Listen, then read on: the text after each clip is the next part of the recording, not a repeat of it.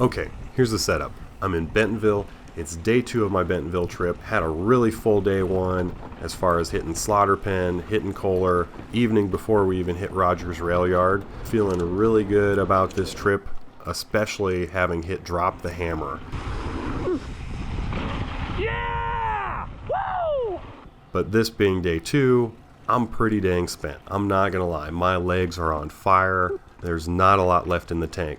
Fortunately, Green Street loaned me a Specialized Turbo Levo SL to take out for a test ride today, and this bike is awesome. Ride and return trail. Oh, this is great. Put it in turbo, just spin it. Oh, I cannot tell you how much this rocks right now, because I would be so tired.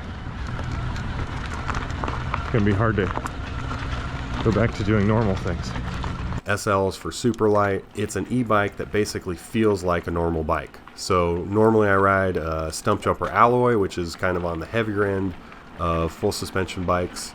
The Turbo Levo SL is on the lighter end of e-bikes. So there's really not a whole lot of weight difference between my stump jumper and this Turbo Levo SL.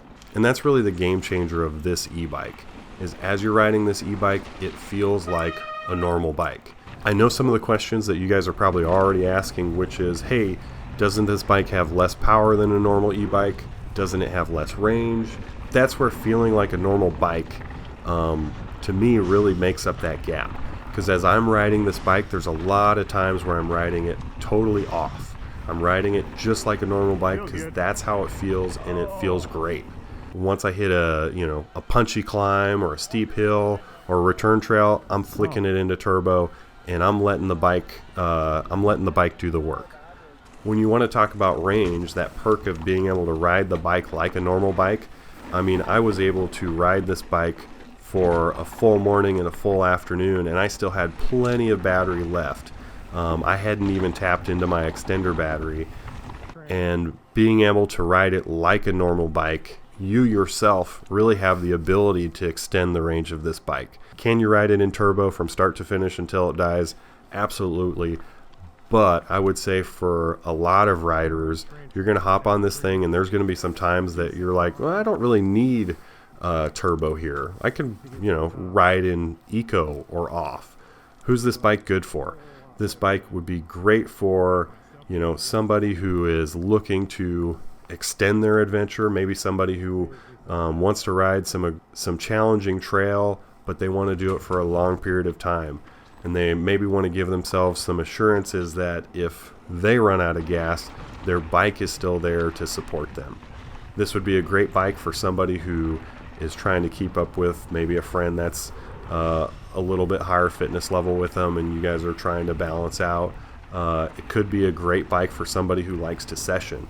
If you like to session a lot of jumps and drops, this bike is going to give you that juice to hit the return trail and come back up and still be fresh to hit it again. The more laps you do, the better you're going to get, and this is the perfect type of bike to be able to do a lot of laps and not get worn out, on those return trails. I would say that e-bikes honestly are for everybody too. Even if you're a really fit rider, there still might be a place for an e-bike in your garage. It really just depends on what kind of journey you might be looking to get into. There's a lot of uses for them. Super cool. So would I recommend that you get an e-bike? That's really up to you. But if you're interested, stop into Green Street, check one out for yourself. If you've got questions, throw them in the comments. I'll try to answer them. Like I say, super cool bike. Highly would recommend if you're interested. Check them out when you got a chance.